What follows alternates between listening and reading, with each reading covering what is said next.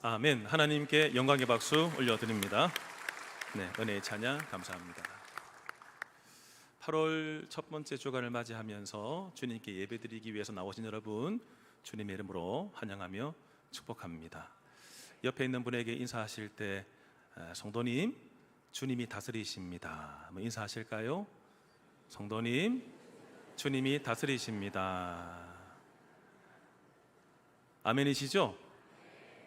거의 100명 중에 99명은 다 인사하시는데 1명 정도로 가만히 계세요. 그분들은 천국 들어가셔도 그냥 옆에 천국 성도님들이 인사해도 가만히 계시겠습니까? 여러분들 천국 들어갈 것을 미리 대비하시며 연습하시기 바랍니다. 다시 한번 인사하실 때 주님이 다스리신다니까요. 한번 인사할까요? 주님이 다스리신다니까요. 네, 아멘이시죠? 네, 아멘. 여러분들은 약속들을 잘 하십니까? 또 그 약속을 잘 지키시나요? 역사와 문화에 따라서 약속을 맺는 방식은 달라져 왔습니다. 북유럽 바이킹 같은 경우에는 피해 맹세를 했다고 해요. 손에다가 상처를 입혀서 피 나오는 상태에서 악수를 해서 피해 언약을 맺었다고 합니다. 고대 중동에는 소금 계약도 있었다고 해요. 함께 소금을 나누어 먹으면서 이 먹는 행위를 통해서 충성을 맹세했다고 합니다. 약속을 하기 위해서. 지금은 사라졌지만 중세 유럽에 있는 농민들은 이렇게도 약속을 했다고 해요. 서로 약속하기 전에, 악수하기 전에 손등에 침을 바르고, 침을 바른 상태에 서로 이렇게 손을 맞잡았다고 해요. 이렇게 약속이 성립되는 거죠. 한번 해볼까요? 손가락을 걸고 도장 찍는 것은 한국 사람들이, 그렇죠? 조선 말기부터 근대 이렇게까지 그렇게 했었어요. 그래서 학교 다닐 때 꼬마들 많이 했죠. 기억나시죠? 손가락을 걸고 뭘 찍어요? 도장을 꽝 찍어요. 도장을 왜 찍죠? 그때는 몰랐는데 의미가 있더라고. 무서운 의미가 있어요. 약속 안 지키면 엄지손가락 나간다, 이런 뜻으로 도장을 찍었다고 해요. 오늘 본문도 아브라함과 하나님 그 사이에 맺는 약속의 장면이에요. 하나님이 지난주 말씀에 약속하셨습니다. 네 자손이 하늘의 별처럼 많아질 거야, 그리고 이 땅을 너한테 줄 거야 라고 약속했습니다. 아브라함이 그것을 믿었을 때 이것을 하나님과 바른 관계가 맺게 됐어요. 그런데 아브라함이 한 걸음 더 나아가서 하나님께 요청했습니다. 하나님, 그 약속 제가 믿는데 보증해 주세요.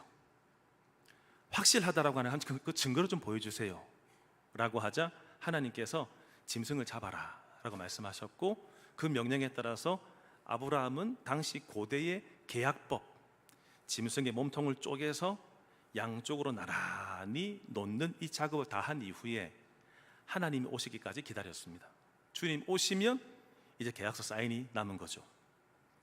그 이후에 오늘 본문이 시작됩니다. 12절 말씀 보시면 해질 때에 아브라함에게 깊은 잠이 임하고 큰 흑암과 두려움이 그에게 임하였다라고 되어 있어요. 임하다, 임하다 두 번 반복되지요. 깊은 잠이 임하고 큰 흑암과 두려움이 그에게 임했어요.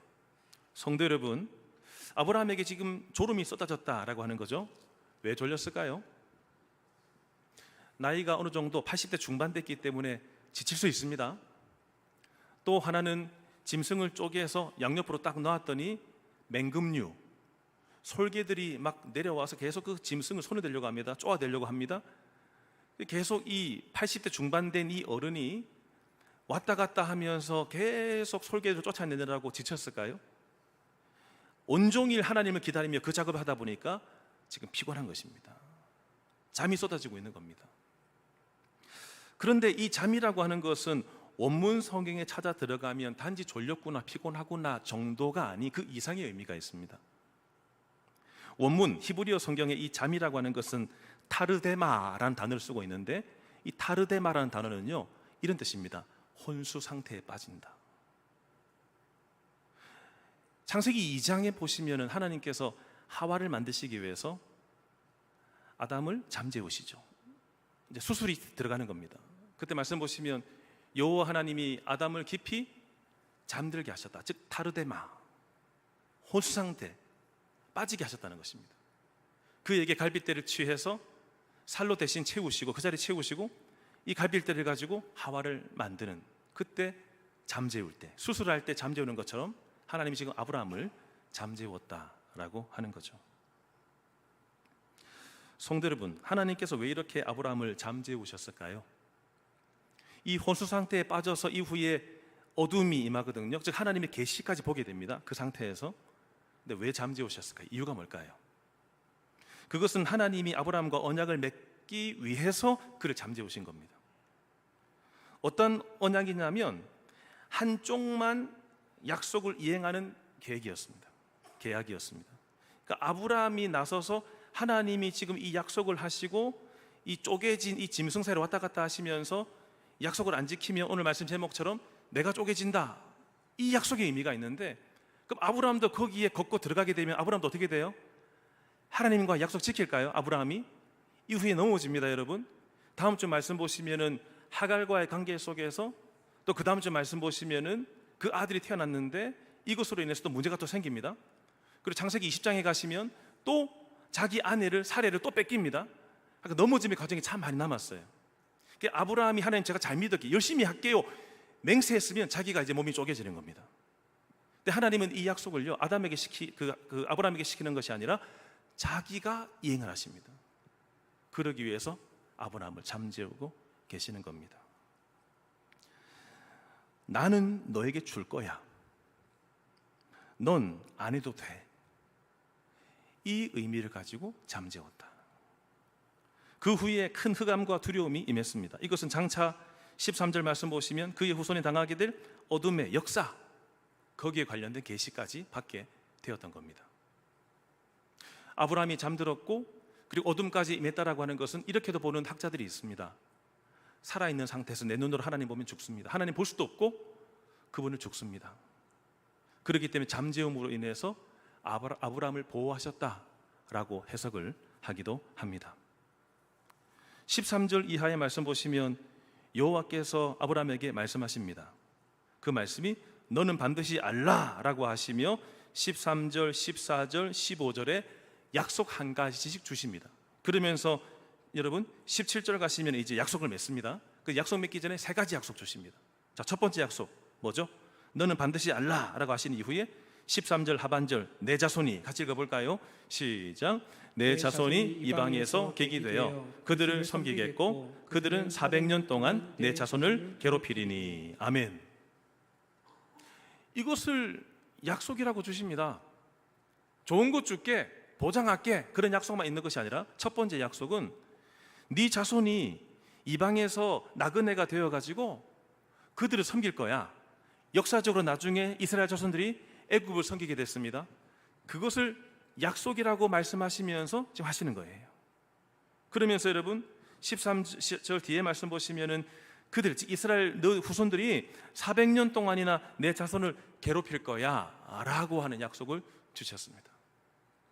이유가 뭘까요? 하나님은 좋은 것 주셔야 되는데 왜 이렇게 시달리게 하실까요? 왜 이렇게 어려움을 주실까요? 여러분 예수님 잘 믿으시면 복 받기를 원하시죠? 근데 여러분 아브라함에게 약속을 주셨는데 복으로 안 여겨집니다. 오히려 저주하는 것 같습니다. 자손들이 시달린대요. 종으로 끌려가 400년 동안 섬긴대요. 여러분 왜 이렇게까지 하실까요? 현재까지는 알지 못하겠지만 하나님의 계획과 공의 때문입니다. 하나님이 뭔가 약속을 하시면서 성취하고 싶어 하시는 것이 있는데 이것은 뒤쪽 부분에 쭉 보시면서 아마 해결이 될 겁니다. 그러나 아직까지는 모르겠지만 네 자손이 시달릴 거야 라고 말씀하십니다. 두 번째 약속은 뭡니까 여러분? 14절 말씀 보시면 같이 읽겠습니다. 시작. 그들이 섬기는 나라를 내가 징벌할지며 그 후에 내 자손이 큰 재물을 이끌고 나오리라. 아멘. 두 번째 약속입니다. 아브라함의 자손이, 너의 자손이 많은 아픔을 겪을 거야. 고통에 시달릴 거야. 그렇지만 때가 되면 어떻게 하신다고요? 때가 되면 네 자손이 큰 재물을 이끌고 나오게 될 거다. 또 더해서 여러분 16절 말씀 보시면 내 자손은 몇 대 만에? 4대 만에.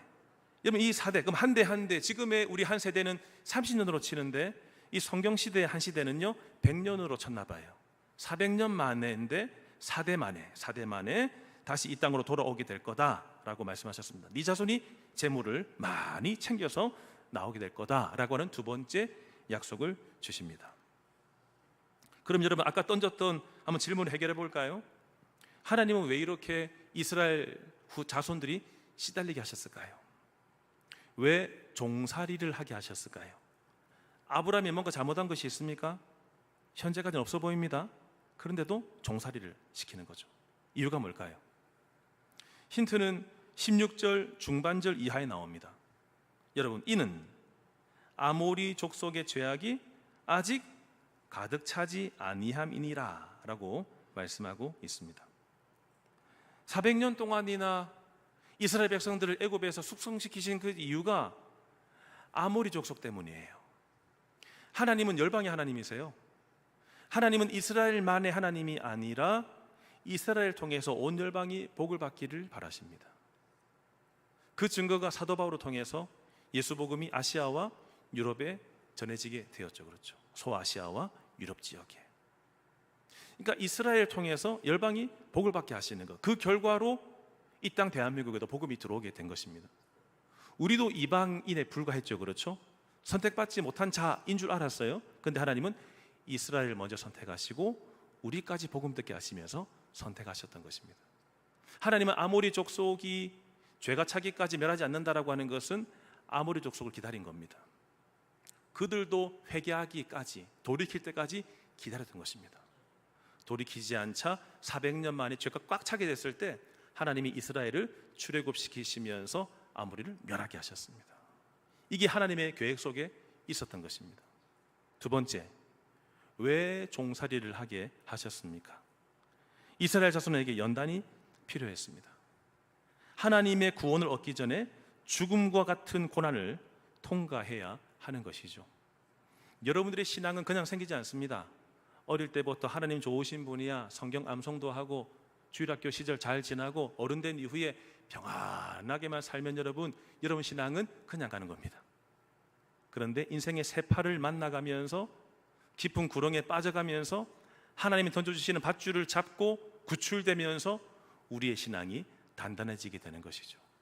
하나님이 이런 분이군요. 종살이를 하게 되면서 우리는 하나님의 백성이야 라고 하는 자기 정체성을 갖게 되고, 하나님은 결국은 약속을 이루시는 분이야 라고 하는 것을 체득적으로 알 수 있게 하기 위해서, 하나님만 믿는 백성으로 삼으시기 위해서, 그들을 단단하게 하기 위해서 하나님이 그들에게 시련을 허락하셨다라고 하는 것이죠.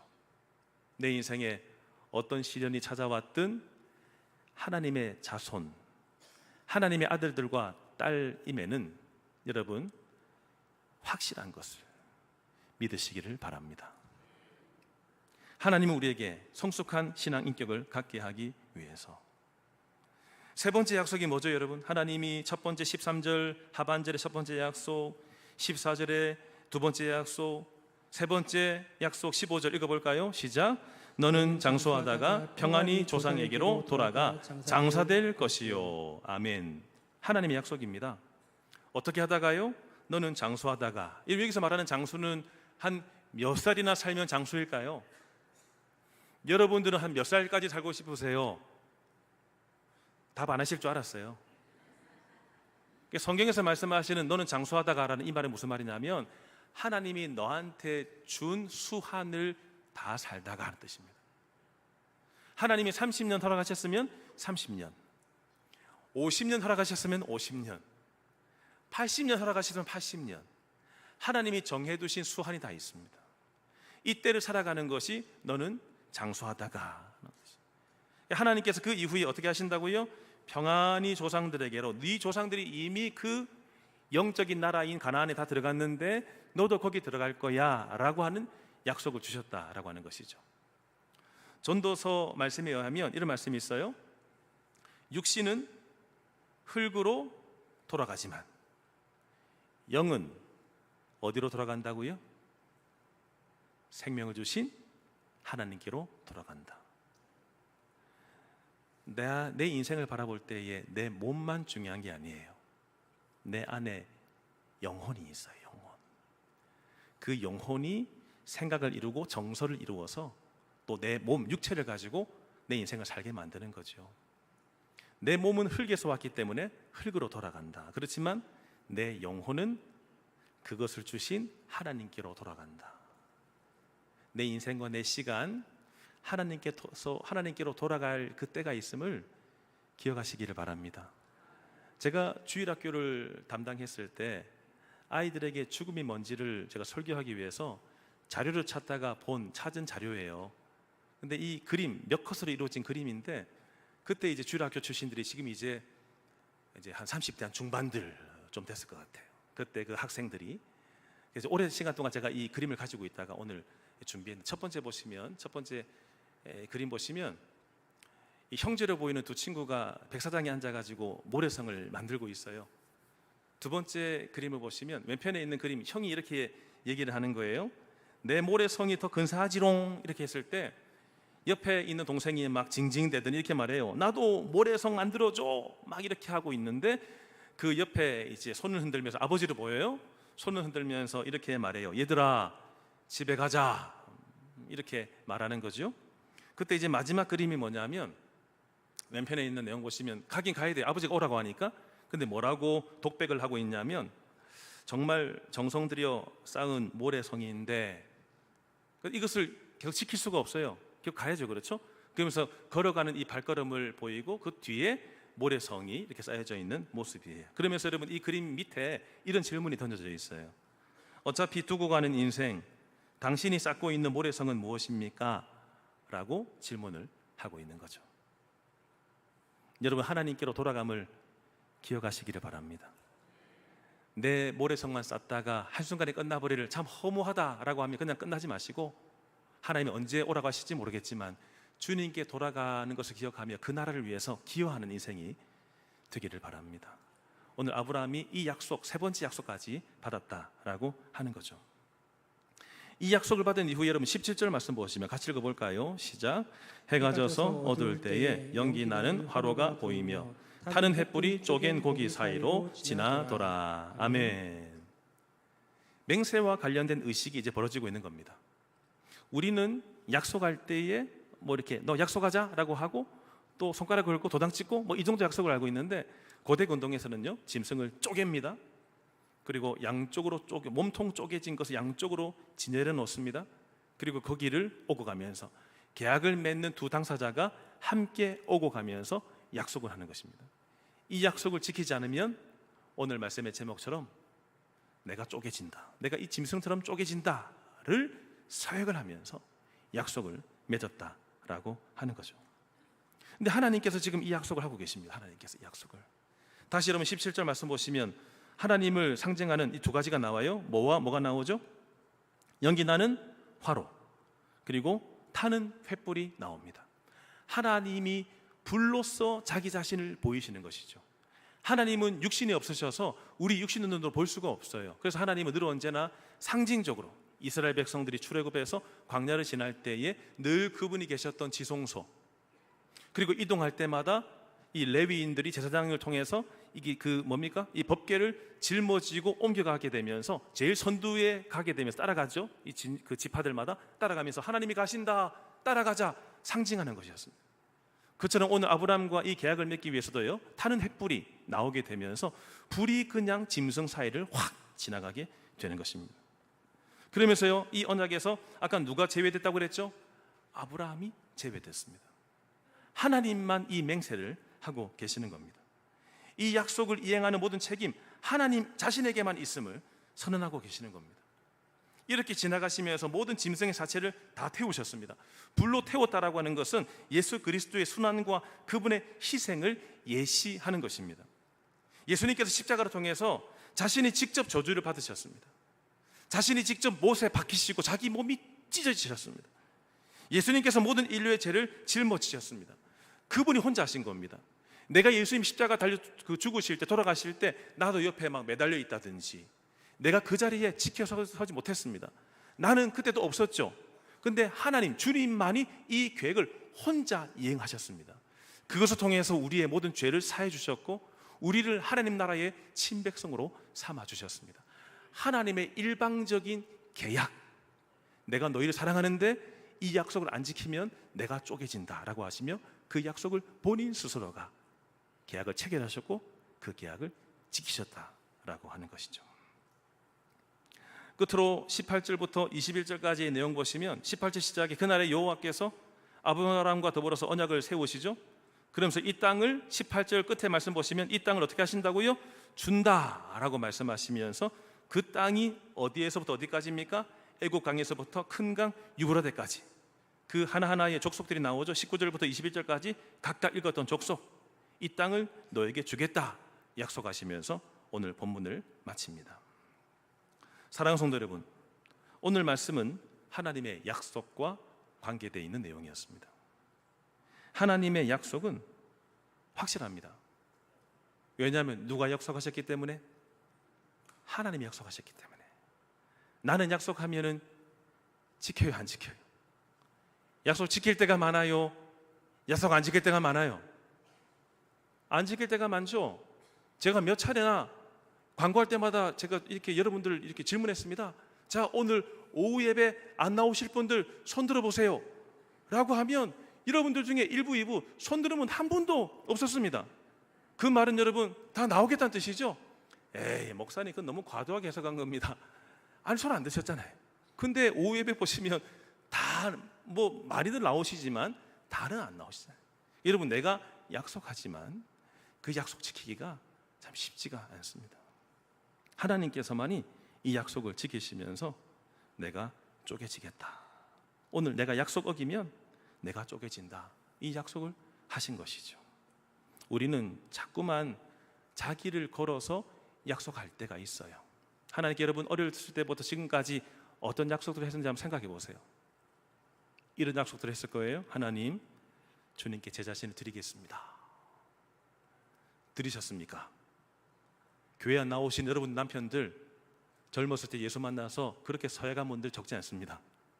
근데 정말 그 약속 지키셨습니까? 끝까지 신실하겠습니다. 근데 하나님 앞에 여러분 신실하셨습니까? 늘 넘어졌잖아요. 하나님 믿겠습니다. 근데 내 눈앞에 문제가 보이면 낙심했잖아요. 절망했잖아요. 하나님 왜 그러세요? 이렇게 했었잖아요. 여러분, 우리에게는 약속을 지킬 만한 힘이 없어요. 그때 감동 주셔서 하나님 헌신할게요 라고 했지만 이게 지속되기가 참으로 쉽지 않아요. 우리는 자꾸만 나를 걸고 약속을 하려고 해요. 나에게 힘도 없으면서 이렇게 자기 자신을 걸고 하나님께 자꾸만 이 결단하고 언약을 세우려고 하는 것은 어쩌면 자기 우상이 될 수가 있습니다. 내가 이렇게 할게요. 하나님을 섬겨야 되는데 내가 우상이 되어서 이렇게 할게요 라고 많은 경우도 적지 않다라고 하는 것입니다. 그래서 하나님은 아브라함이 약속을 못 지킬 것을 아셨기 때문에 그를 잠재우셨습니다. 누구만 약속을 이행하셨죠? 하나님만 약속을 체결하셨다라고 하는 것이죠.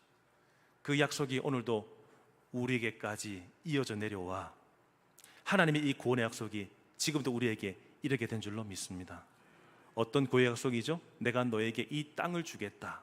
즉 구원 이후에 천국에 들어갈 영생 복락, 네 자손들이 땅과 같이 많아질 거다라고 하는 이 약속, 너를 통해서 전도될 이들이 많아질 거다라고 하는 이 약속을 체결하시기까지 하나님 우리에게 어떤 약속 주셨습니까?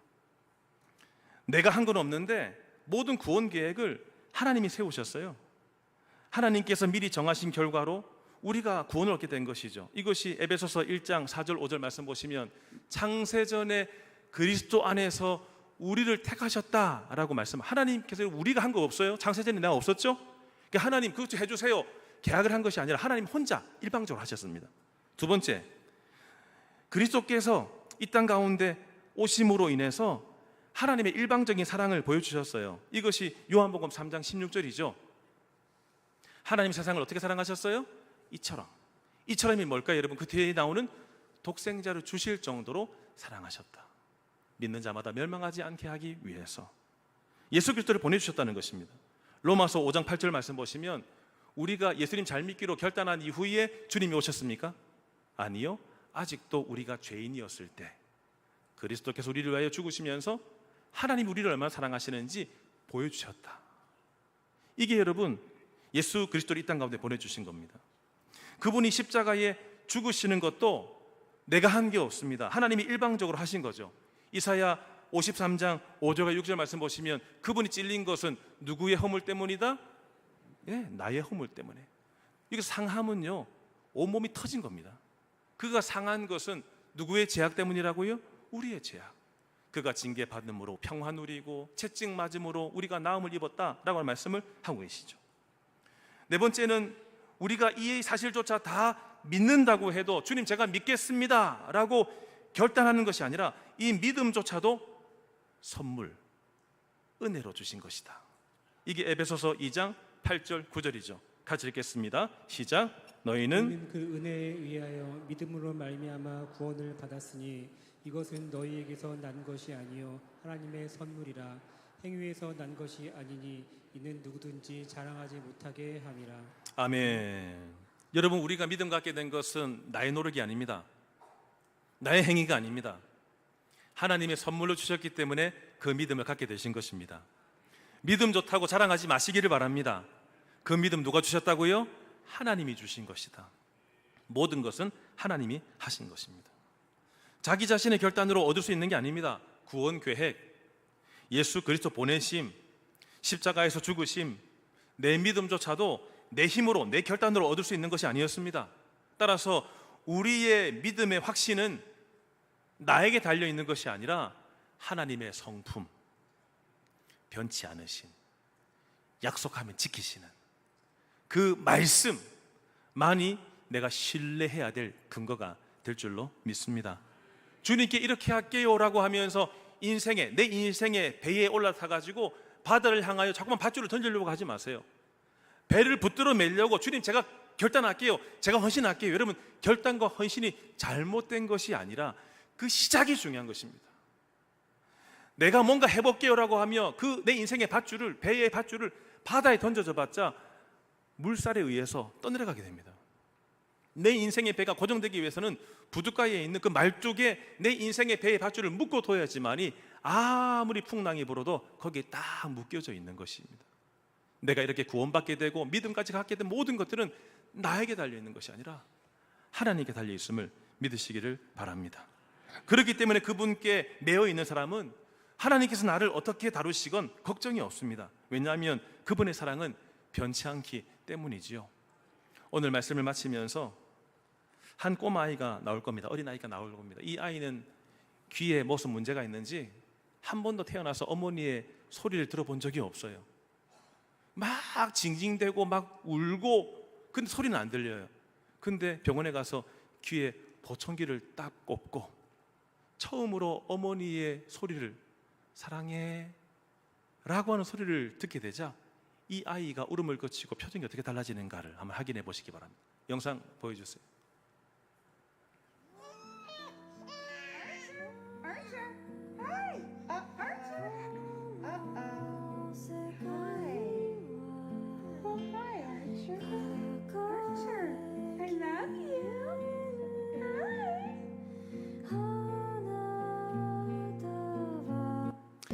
이 어머니의 사랑의 고백을 듣게 됐을 때 이 아이 표정을 달라지는 거 보셨어요? 하나님이 이렇게 우리를 사랑하신답니다. 자기 자신을 쪼갤 정도로 내가 너와 함께 하겠다라고 말씀하셨습니다. 앞으로 해야 될 일이 아니라 이미 다 하셨습니다. 그 삶을 누리게 하신 거죠. 뭐가 걱정이 되십니까? 뭐가 불안하십니까? 뭐 때문에 하나님이 믿지 못하고 계십니까? 오늘 말씀의 제목, 약속을 어기면 내가 쪼개지리라. 내가 이렇게까지 해, 나를 봐, 진짜 이 약속 이룬다니까? 내가 쪼개질 각오를 하면서 내가 너와 함께 할 거야. 오늘 이 약속을 꽉 붙잡고 어떤 경우에서도 여러분 확신을 가지시고 또 용기 내어 살기를 바랍니다. 보호하시고 인도하시고 나를 이끌어 주시는 그 하나님이 저와 여러분들의 하나님이신 줄 믿습니다. 함께 찬양할까요? 주가 일하시네, 주가 일하시네.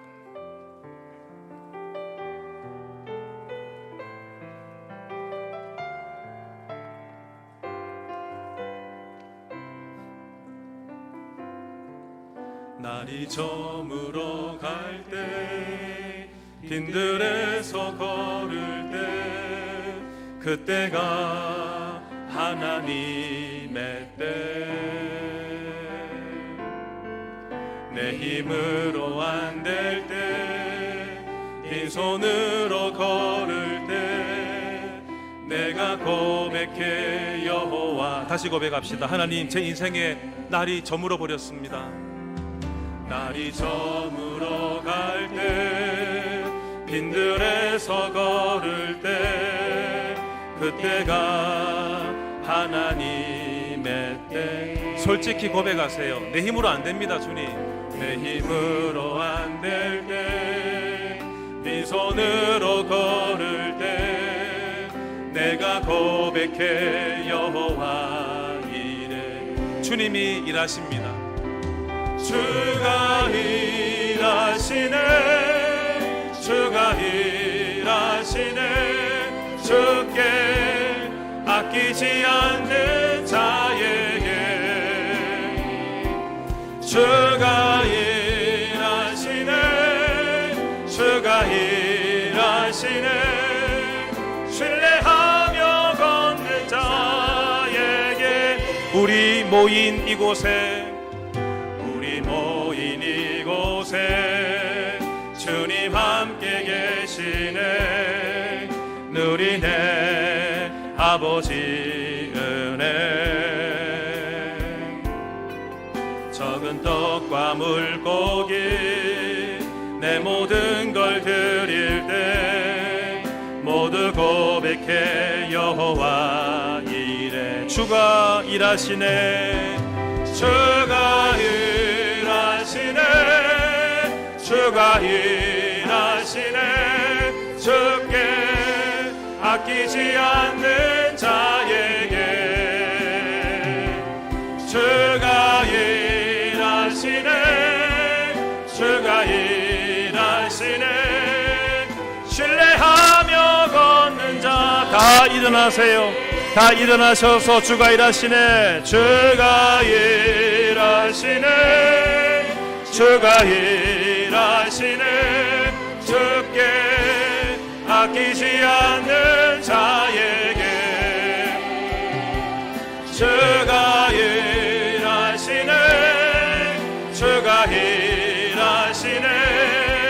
신뢰하며 걷는 자 주님의 일하심을 보게 하여 주시옵소서. 주가 일하시네, 주가 일하시네.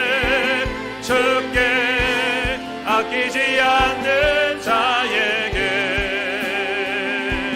주가 일하시네, 주가 일하시네. 신뢰하며 걷는 자에게. 하나님, 믿음의 눈으로 하나님의 계획을 바라보게 하여 주시옵소서. 인내와 소망을 가지고 살아가게 하여 주시옵소서. 같이 기도하겠습니다. 하나님 아버지, 오늘 함께 말씀을 듣고 나누게 해주셔서 주여 감사합니다. 주여, 내가 결단합니다, 내가 결단합니다 라고 해도 나는 그 결단 지킬 수 있는 힘이 없습니다. 주여, 제가 헌신하겠습니다, 헌신하겠습니다 라고 해도 주여, 그 헌신할 수 있는 힘이 나에게 없습니다. 오로지 하나님의 약속을 듣게 하여 주옵소서. 하나님의 성품을 믿게 하시며 하나님의 언약의 약속의 말씀을 듣게 하여 주시고 그 약속의 말씀을 붙잡게 하여 주시옵소서. 믿음의 눈으로 하나님의 계획을 바라보게 하여 주시고 인내와 소망을 가지고 살아가게 하여 주시옵소서. 우리의 인생과 우리의 삶이 하나님의 손에 달려 있습니다. 나를 믿지 말고 내 결단 믿지 말고 하나님만 믿게 하여 주옵소서. 주가 일하시네, 주가 일하시네. 주께 아끼지 않는 자에게 주가 일하시네, 주가 일하시네. 신뢰하며 걷는 자. 마지막으로 고백합니다. 주님 일하여 주실 줄 믿습니다. 주가 일하시네, 주가 일하시네. 주께 아끼지 않는 자에게 주가 일하시네, 주가 일하시네.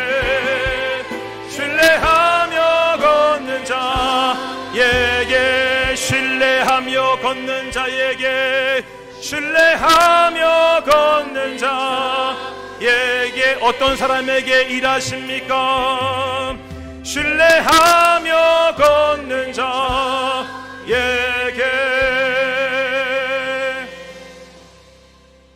하나님, 어차피 두고 가는 인생, 내가 쌓고 있는 모래성은 무엇입니까? 하나님께 돌아감을 기억하게 하여 주옵소서.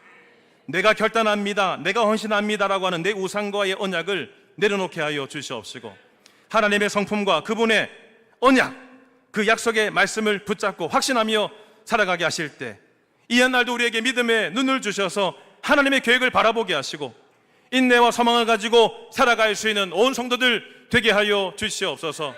지금은 우리 주 예수 그리스도의 은혜와 하나님 아버지 크신 사랑하심과 성령의 인도, 교통, 충만하심이 내가 약속 지키지 않으면 내가 쪼개질 거야 라고까지 결단하시며, 너 이거 보고 있냐? 나를 믿어라 라고 말씀하시는 그 주님만 바라보며 믿음 가지고 살아가기로 간절히 소망하시는 이번에 나오신 온 성도들 머리 위에와 가정과 삶들 위에, 오늘 등록하신 황효철 성도님의 인생과 삶 위에 이제로부터 영원토록 함께 있을지어다. 아멘.